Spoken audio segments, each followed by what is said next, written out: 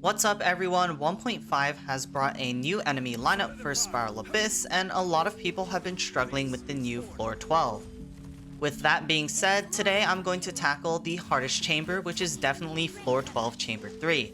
This floor introduces the new enemy, the Abyss Lector, which poses the biggest problem for players trying to clear this chamber.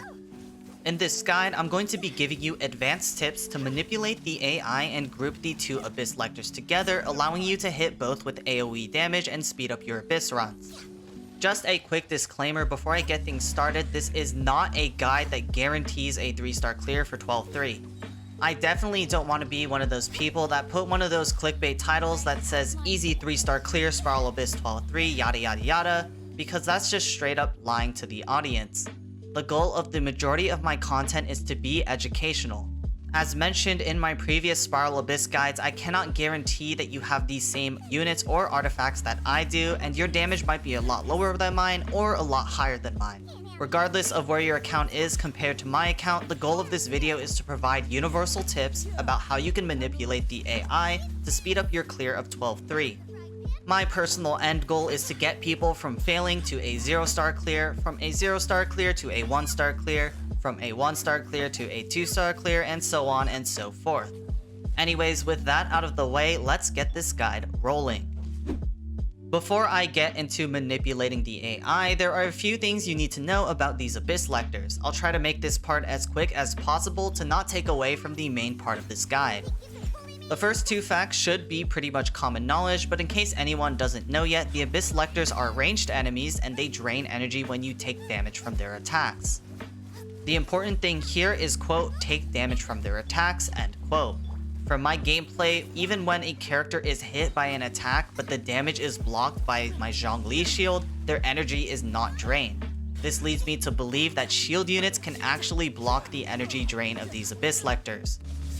The last thing I want to note about these Abyss Lectors is that if you're too far away, they'll slowly start to hover towards you, while once you're in their range, they'll stop moving and focus on their attacks only. This is the biggest piece of information that I want you guys to walk away with, because we're going to be using this specific AI pattern to rope the two Abyss Lectors together as if we had them on a tether. Okay, so now we're into the fun stuff. In this section of the video, I'm going to teach you guys two different ways to group the Abyss Lectors together so you can deal damage to both at the same time. First, I'm going to diagram things out here in Photoshop so you guys get a visual representation of what you need to do. Then after that, I'll demonstrate the actual process in game. Starting with method number 1, this is probably the easier method to do things, but in my opinion and in my personal experience, this is a little less effective than the second method. What you're looking at right now is what the chamber looks like when we start things up, and the little Ganyu icon represents our current location. Immediately when you start the battle, what you want to do is you want to move to the very south of the chamber till you hit the border. What this does is that it prompts the Abyss Lectors to start converging towards the middle in order to get in range to attack you, and they'll end up somewhere around here and here. The two Abyss Lectors look closer together by now, but it's not close enough. In order to move them even closer together, what we want to do is follow the border of the chamber up to the right side in a movement like this. The path makes sort of a fishing hook shape, and for those who know Japanese, the path also kind of looks like the katakana "re." As we move along the right side of the chamber, eventually the Abyss Lector on the right will stop moving because he's close enough to attack you. However, since we're moving away from the Abyss Lector on the left, what he'll do is he'll start to mimic your movements and he'll end up a lot closer to the Abyss Lector on the right. Once the Abyss Lector on the left gets close enough to the Abyss Lector on the right, what we can do now is we can move in and start to DPS them down. That's basically the logistics for the first method, and now let me demonstrate exactly what I was talking about in game. Alright, so following the first method that I just explained, I immediately start moving back to the south side of the chamber once I start things up. One tip that I want to give is to make sure to bring an archer here to attack from long range as you lure the two around the chamber. It takes a while to get these two together, so if you're not DPSing them down as you're luring them, you waste a lot of time. Once they are together, that's when you can start moving in and unloading as much DPS as your account can handle.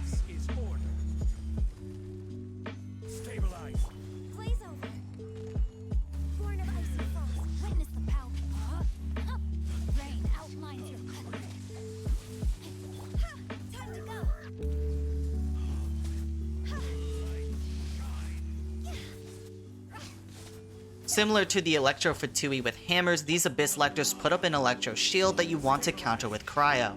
In my team, I have Ganyu, but if you're looking for character replacements, there will be a section towards the end of the video about that, so don't worry, I got you covered.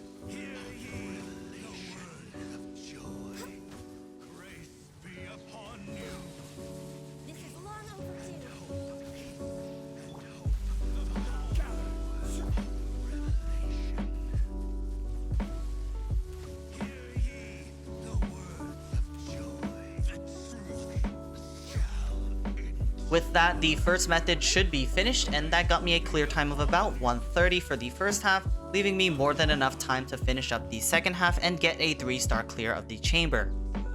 Now it's time to move into the second method. As for the second method, we're back in Photoshop with a new template to draw out exactly what you need to do. This method, in my opinion, is quite quicker and more consistent, but it's a little harder to pull off, so you're going to need to put some practice in to get things right. Again, this is what the chamber looks like when we start things up, but instead of moving straight downwards towards the south part of the chamber, what we're going to do is we're going to have one smooth motion. The path you want to take looks something like a parabola, and essentially we're just looping around the right hand side Abyss Lector. This sort of sideways U-shape is very precise because it keeps the Abyss Lector on the right attacking you the whole time, and if he's attacking you, he will hardly move an inch. However, the Abyss Lector on the left wants to catch up to you as you're moving towards the right side of the chamber, so what he will do is he will mimic your movements. Since he is hovering towards us and we're making a loop around the right hand Abyss Lector, what's going to happen is he's going to get closer to the right hand Abyss Lector as he tries to follow us. Eventually, the two will meet up as the farther one closes in. So the logistics on paper look very simple for this method, but the execution is actually a little bit difficult compared to the last one. With that being said, let's move into the demonstration of this method. Similar to method 1, I recommend using an archer to the DPS as you move around the chamber. Notice how the Abyss Lector on the right immediately starts attacking me, and this is exactly what we want. Now we just loop around this right hand Abyss Lector towards the right side of the chamber and continue to allure the Abyss Lector on the left. As long as you can keep a straight line, or at least a loose straight line between both you and the Abyss Lectors, the farther one will continue to get closer to the one in front of you. Once the two are together, it's the same thing as the last method, you just start to move in and do lots of DPS.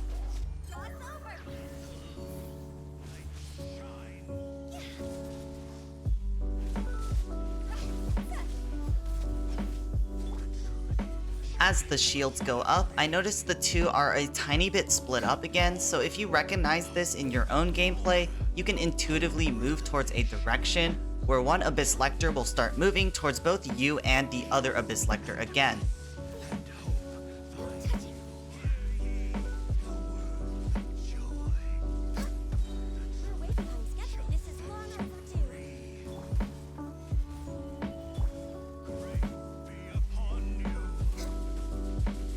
With that, the second method is finished, and that got me about a clear time of 1:20 for the first half, leaving me with 1:40 to finish up the second half. And as promised, that method was about 10 seconds faster than the first method I demonstrated. Before I finish things up, I know some people are going to say they don't have Hu Tao, Ganyu, or Zhongli, so here are my replacements for these units. Again, I can't guarantee that this will be as fast as my current team, but I still want to give another team composition that can work quite well in this chamber, in case some of you guys are looking for an alternative team comp. Starting off, your replacement for Zhongli will be Diona. From my experience, shields will help ward off the energy drain, which is why I think a shielder is super important. Not only does Diona provide shields and heals, she also adds an extra source of cryo application against the Abyss Lector shields. Next, Ganyu can be replaced by Kaya or Rosaria. This slot is purely dedicated towards consistent cryo application, and all three units here have elemental bursts that fulfill that role. As for Hu Tao and Xingqiu, whatever goes here really depends on what gives you a ton of damage. Xingqiu can stay because by now a lot of players have Xingqiu built up, but the replacement for Hu Tao can be something like Xiangling. Xiangling may not be on Hu Tao's level of DPS, but either a physical or pyro build fits here. Physical DPS Xiangling has great solo DPS for a free-to-play character, while Pyro Xiangling can take advantage of the fact that we have 2 Cryo units and a Hydro unit for strong melt and vaporize reactions. With that, everything should be covered for this particular chamber, and now it's time to wrap up the video. If you are struggling with the second half of 12.3 or if you need help on a different chamber, definitely let me know down in the comments and I can try to make another Spiral Abyss guide similar to this one. If you thought this guide was useful, I'd really appreciate it if you supported both the video and the channel, and other than that, it's the same as always. I'll see y'all in the next one. Peace.